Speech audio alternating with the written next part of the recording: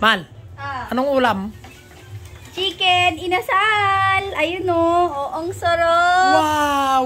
Sarapin nga ko natin Tagalog. Yes, homemade chicken inasal. Paano? No need to go to Mang Inasal kasi pwede namang gumawa ka na lang, do it yourself. Oh, ayan.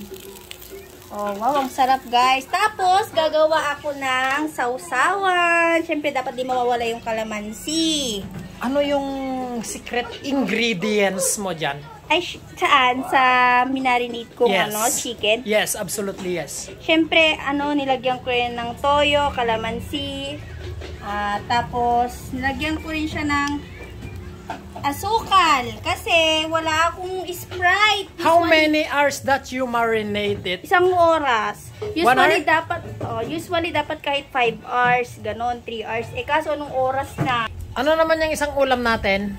Siyempre, tukmin. Yung kinuha natin sa, ilog.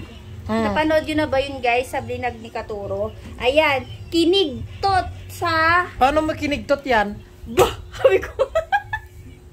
Kaya pwede na kainin. Charot lang. Nilagyan ng mainit na tubig. Yon. Tapos tinimplahan ito ni Amang ng sibuyas, kamatis, asin, suka, tsaka pero ito talaga yung babanatan ko mamaya, oh. Yes! Kaya kung nakikrave kayo, pwede nyo gawin to, guys. Oo. Oh, anong ginagawa mo?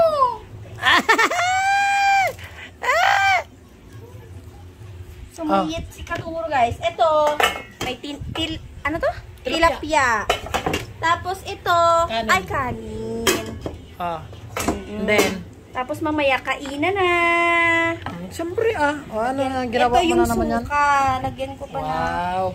Yes. Pag nagluluto ka, may kasamang konting Mamahal. With love. Excuse me, with Feelings and emotion. Ang housewife, dapat maraming alam. Hindi lang alam kumain. Dapat marunong ka rin magluto. Ganon. Gimasin, mangantayon kakabsat, medyo agsarao, tiboksitan, po, pero may kini-kini, dagita ni, awan ti wormis na data kabsat, at fresh nga manok data. True.